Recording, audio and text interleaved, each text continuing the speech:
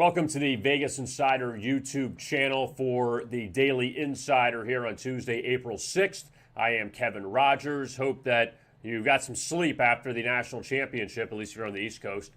Between Gonzaga and Baylor, the Baylor Bears win their first ever title, and Gonzaga was just one victory away from their first title, an undefeated season, and still we have not had an undefeated team since the 1976 Indiana Hoosiers. So Bob Knight can continue to celebrate that feat as Gonzaga, they lose to Baylor last night. And a game that Baylor was in control from the beginning, up 9-0 out of the gate, up 19 points, about 10 minutes into the game, and led by 10 at the half.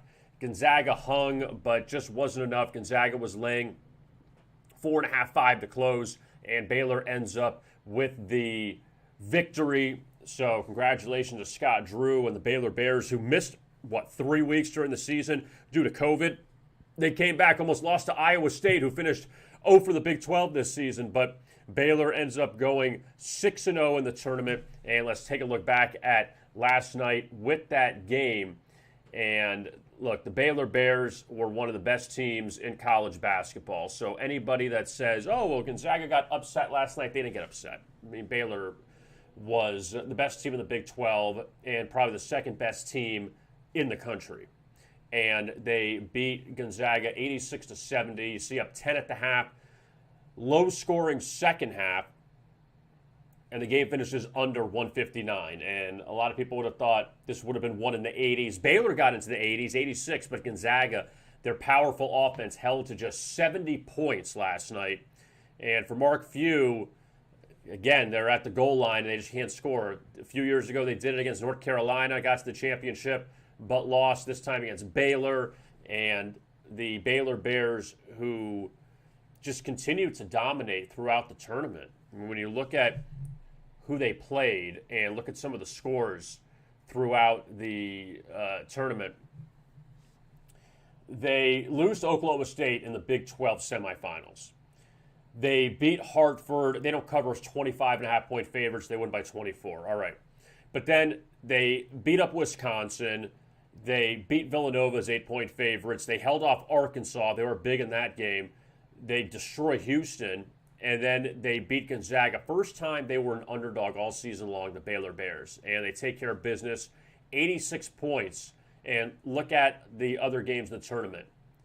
They didn't score 86 in any of the games before that. The only time they scored that many points came against Gonzaga, the undefeated team, the last undefeated team in the country. Look, I know a lot of people are going to go with the narrative today that Gonzaga, they're still like a mid-major. They're in a mid-major conference. This is the way I like to characterize Gonzaga. They are a major team in a mid-major conference. They're in the West Coast Conference. If you want to put in perspective as far as the schools that are around them, the Big East, sans UConn, okay, because UConn just came back into the conference. The Big East is full of religious and private schools. Now, granted, it's better basketball in the West Coast Conference, but the point is the WCC is pretty much all private schools, small schools, and Gonzaga is one of them. And Gonzaga just has a terrific basketball program. I don't know if Gonzaga is ever going to move out of the WCC, if they go to the Pac-12, if they would.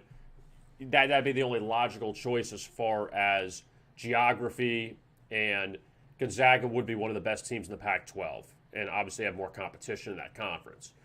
But I don't look at this as a choke job. I don't see that as the case. Gonzaga got off to a slow start, and they played probably the second best team in the country. So there's no shame in Gonzaga losing that game to Baylor.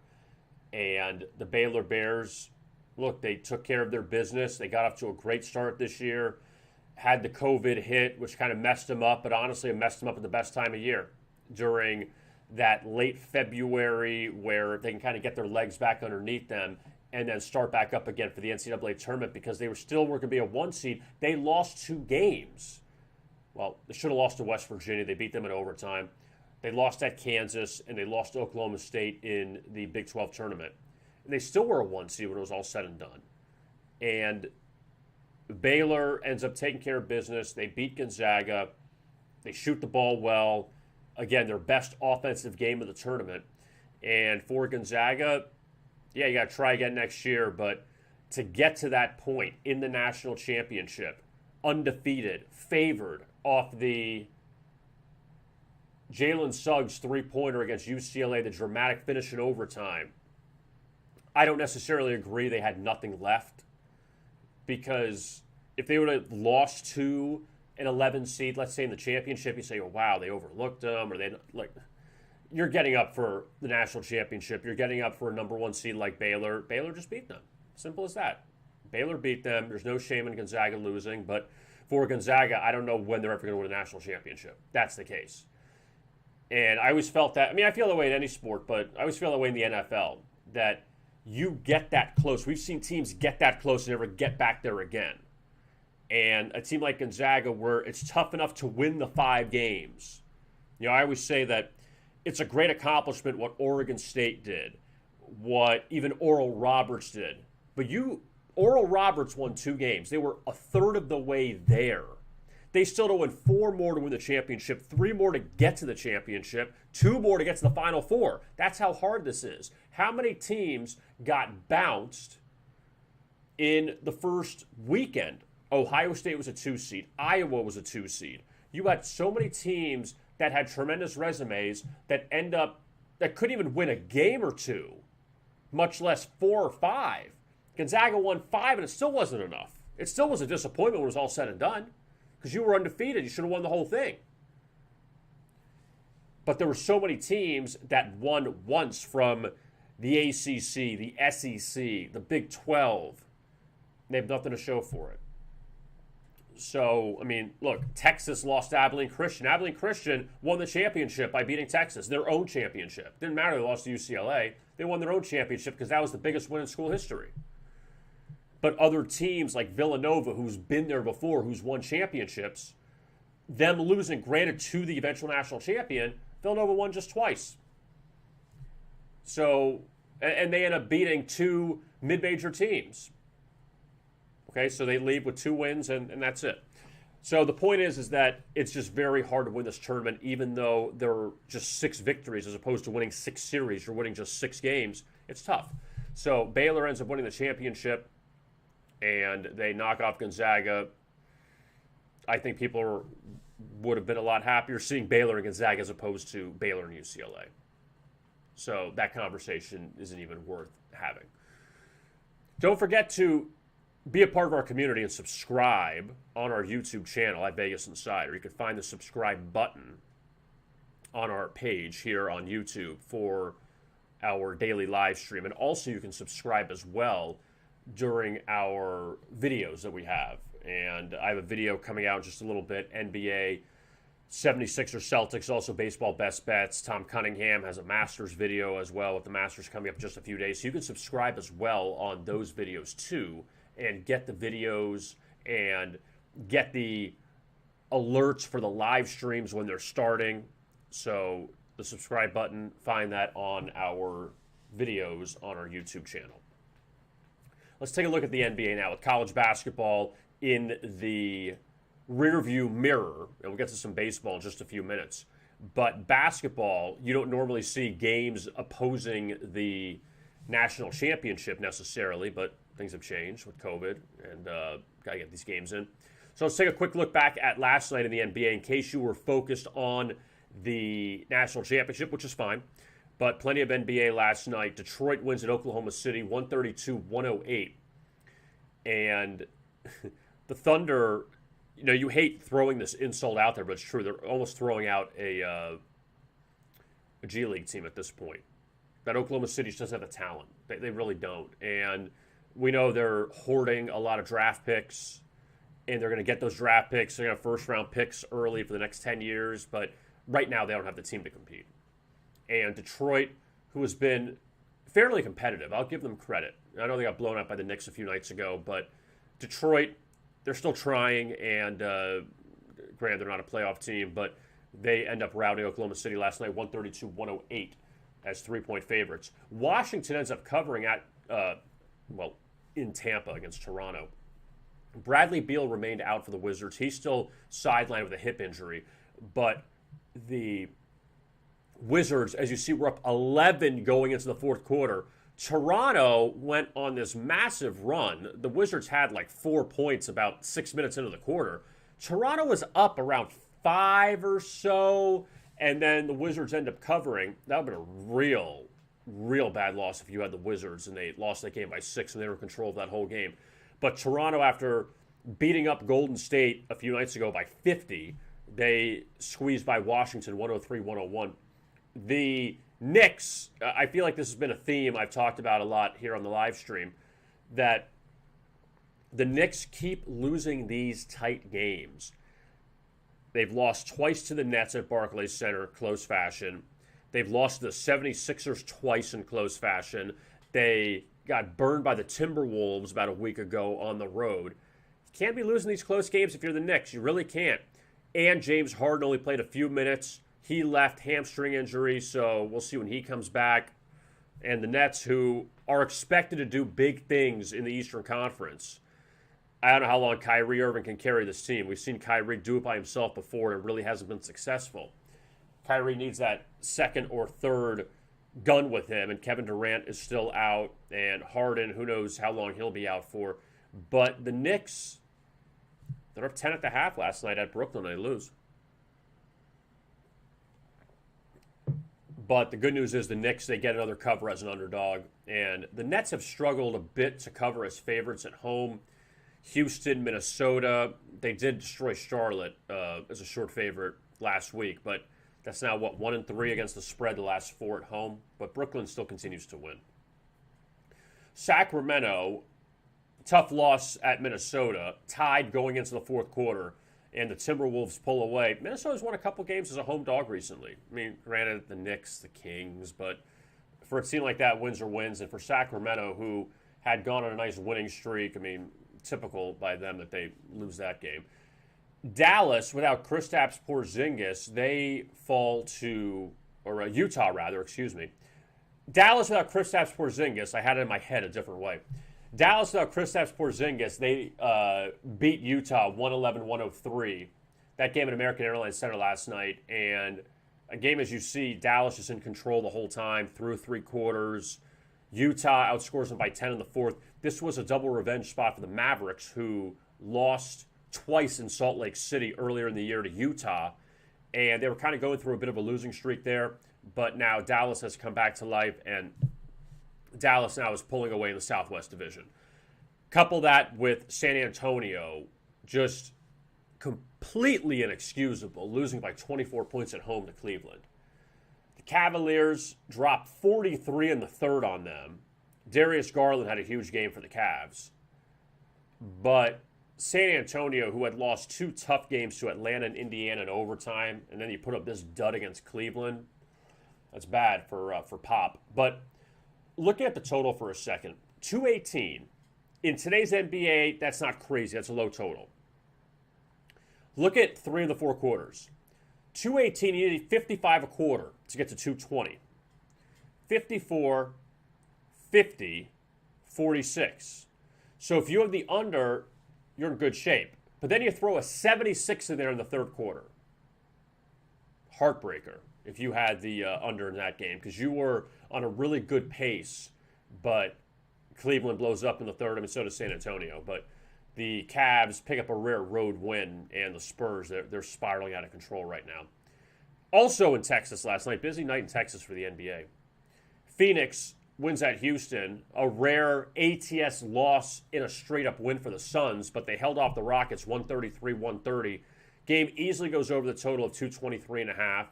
You see 4 quarters that the Suns scored 31 or more, and the Rockets put up 32 or more in 3 of the quarters. Now, Houston, for as dinged up as they are, John Wall is hurt, Eric Gordon's hurt. They still have NBA players. They may not be great NBA players, but that's the difference between Houston and Oklahoma City. The Thunder don't really have NBA players. Shea Gilgeous-Alexander's hurt, so we got to put him to the side. We know he's the best player in Oklahoma City, but he's not playing right now. So what they have in there is not an NBA team. The Rockets just don't have a good NBA team, but they have NBA players on it. So the Rockets end up getting the cover there after they lost a tight one in New Orleans. a few nights ago.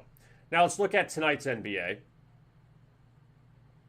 And we'll start with Chicago at Indiana, and the Pacers dealing with the injury bug. That's why they are a short underdog at home. Sabonis hurt, Malcolm Brogdon hurt, Bulls a short favorite on the road. They've been a really good underdog on the road. Now you got to see what they'll do as a favorite. And they just won at Indiana in overtime about a month ago as a dog. Now you're flipped to this favorite role. Indiana's so hard to trust. I feel like I want to pull the trigger on them, but then they always let you down. And they have not been a good home underdog this year. So that's a tough spot there if you want to maybe back the Indiana Pacers.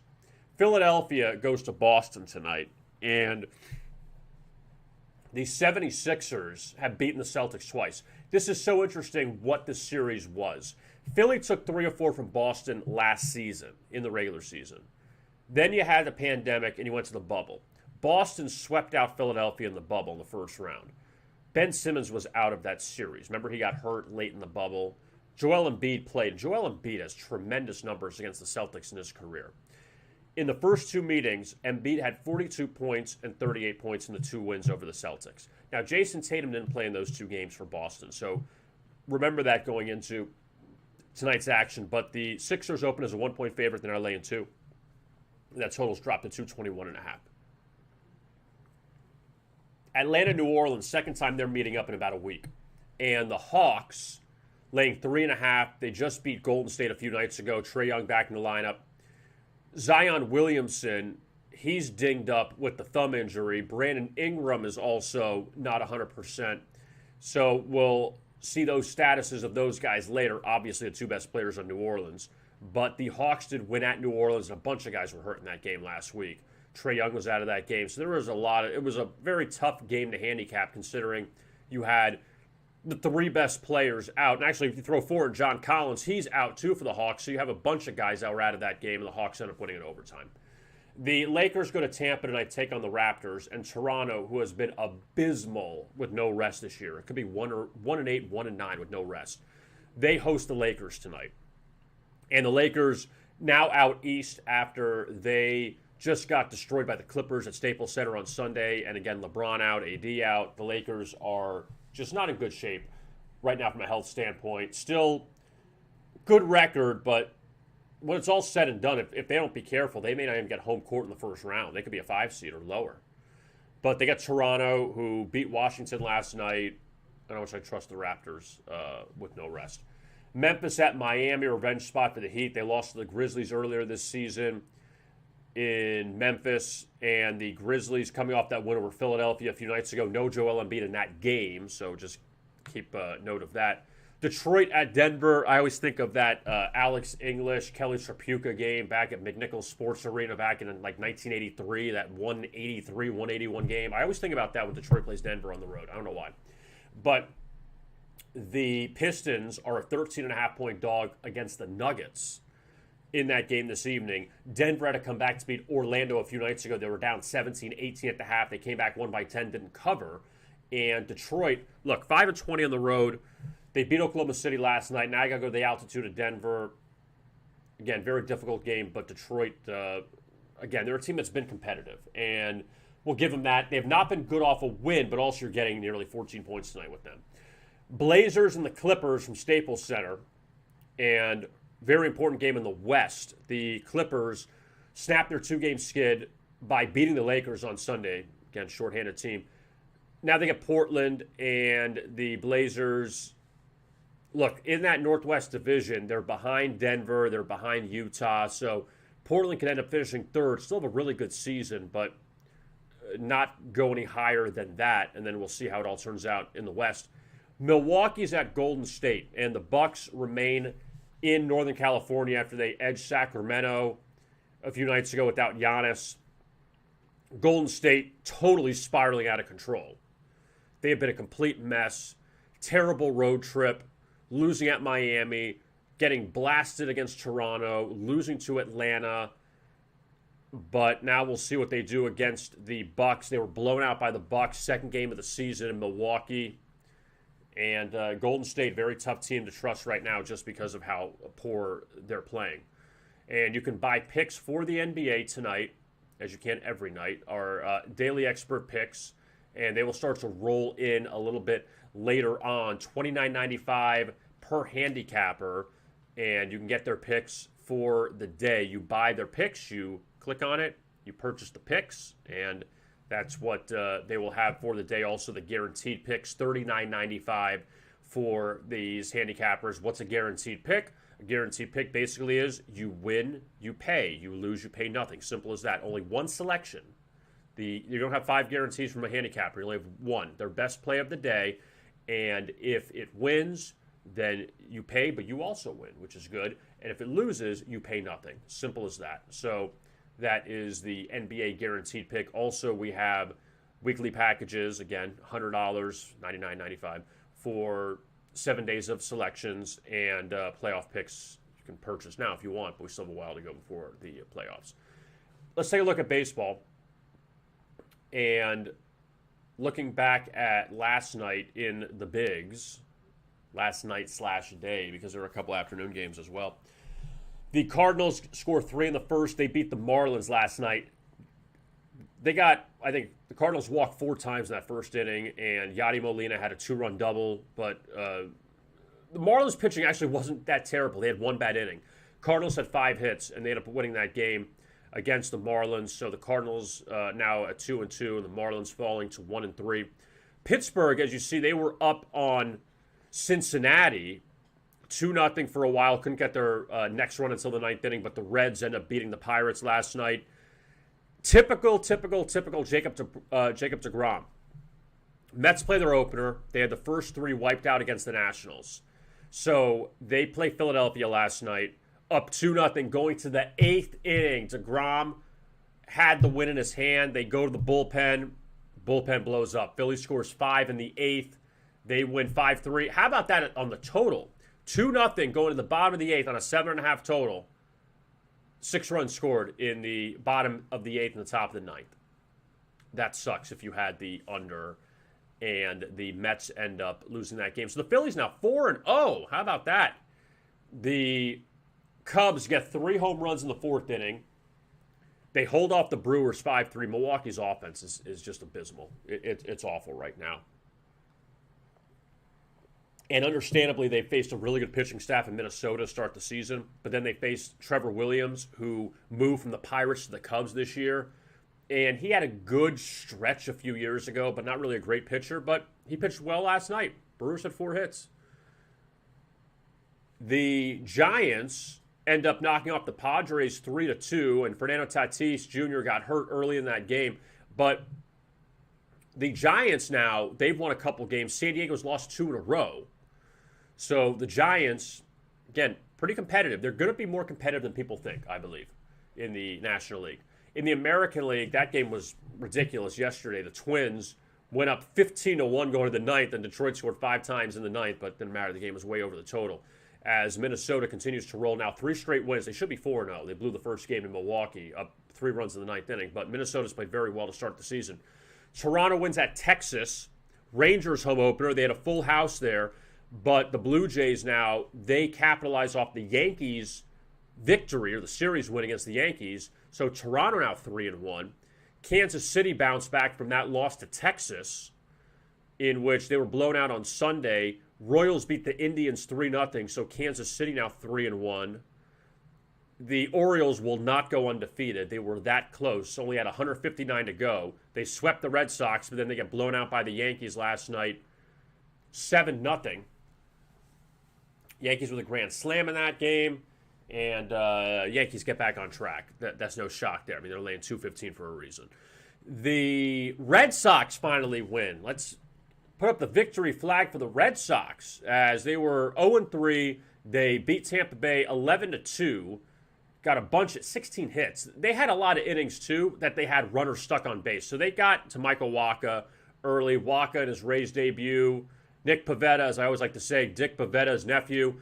He pitched very well for the Red Sox. And look, no Chris Sale. David Price has gone to the Dodgers.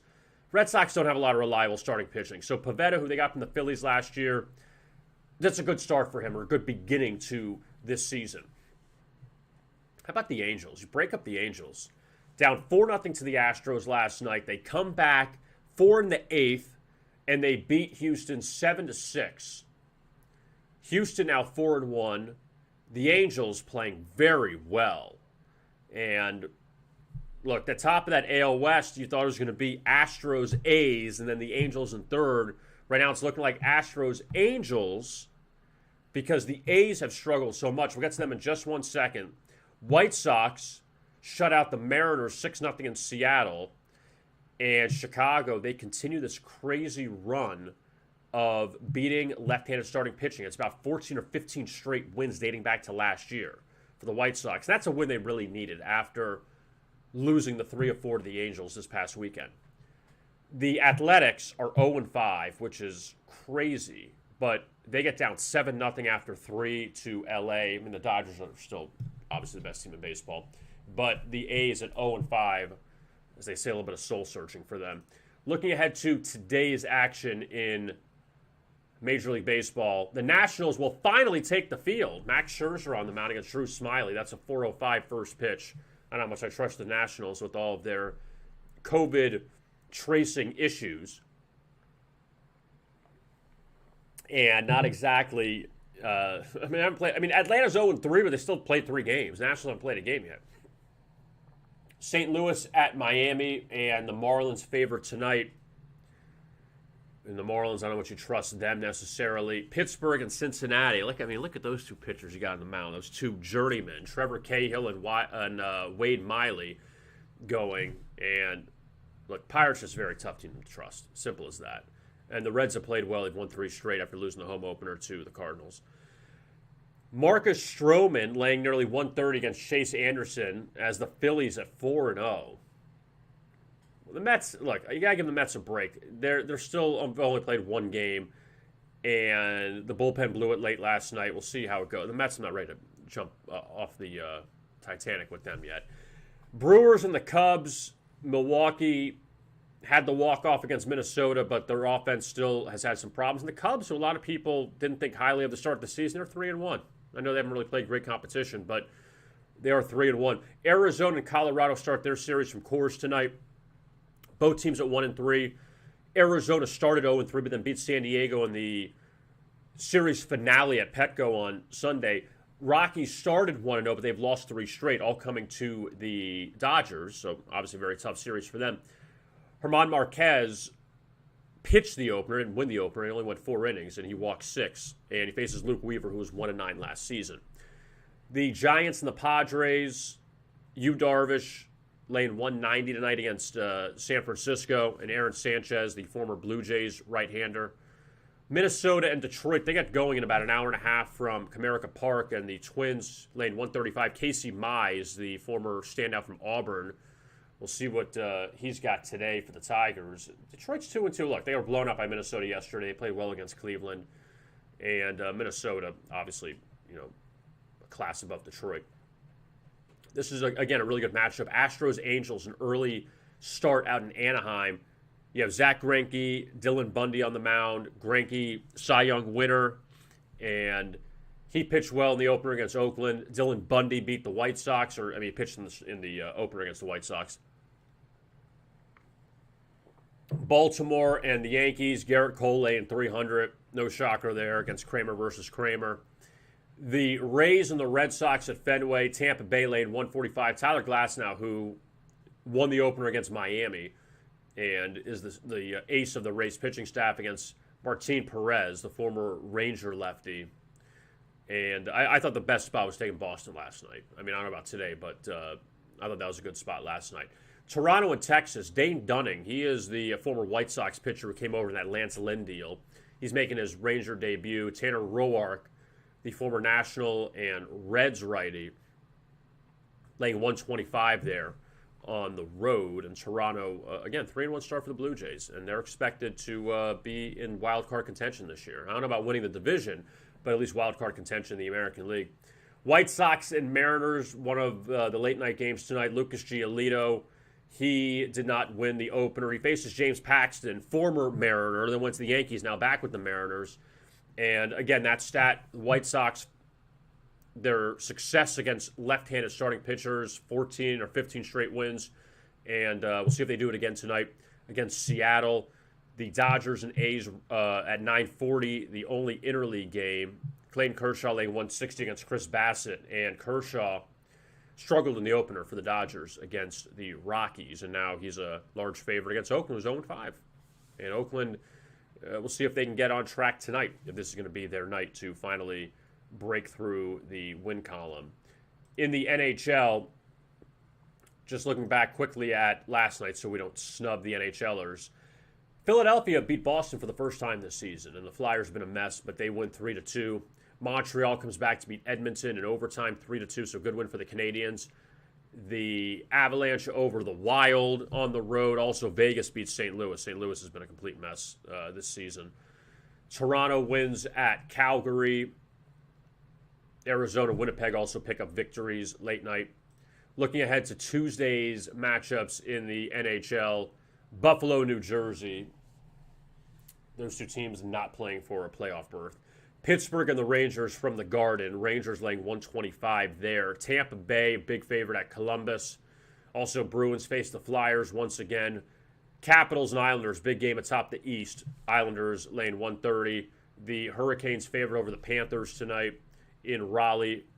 And the Panthers, look, they are a first-place team in the Central Division, and they're a dog on the road. Nashville's at Detroit. Detroit just beat Tampa Bay a few days ago. Dallas and Chicago. Those teams, Nashville, Dallas, Chicago, all fighting for that fourth spot in the Central. Anaheim and San Jose. They wrap up the night out in the a little north of the Bay Area. Around the Bay Area in San Jose. Excuse me if I mess up the geography for those of you who live out there. So that is the look at everything today in on the scene. And also, you can check out soccer picks as well. You can find them here for the UEFA Champions League and several predictions for today and tomorrow's action. You can find that from our buddy Toby Maxstone Smith. So you can find that on our homepage. And you can see that right there. And also, we have a lot of Masters content right now. If you want to get into that, Masters starts Thursday in Augusta. Tom Cunningham's got a video looking ahead to bets and trends, best golfers to take, and also our future odds, our Masters picks from Matt Blunt. So all of that, if you are looking for your Masters fix and trying to find winners for that, you can find all of that content on the homepage and also in the golf arena as well. So that is the look for. That's a busy week. So we shift from college basketball, the championship, to now Masters coming up this week, as well as baseball continuing, NBA and NHL continuing, and also NASCAR Saturday night in Martinsville. And again, don't forget to subscribe, like and subscribe to our YouTube channel, like the videos, subscribe to the videos, and we're going to have some free picks we're going to give out coming up for those that we're going to start tomorrow with it. That comment, give out your best bets. We're going to pick out one winner, and they're going to win free picks from Vegas Insider, from our handicappers. So that we'll have starting tomorrow, and we're going to go with that. So need you to comment, and once we get those in there, then we will give out free picks. So we have that to look forward to tomorrow. I am Kevin Rogers. Tom Cunningham will be back with me tomorrow, and we will talk to you again on Wednesday. And as always, best of luck with your picks.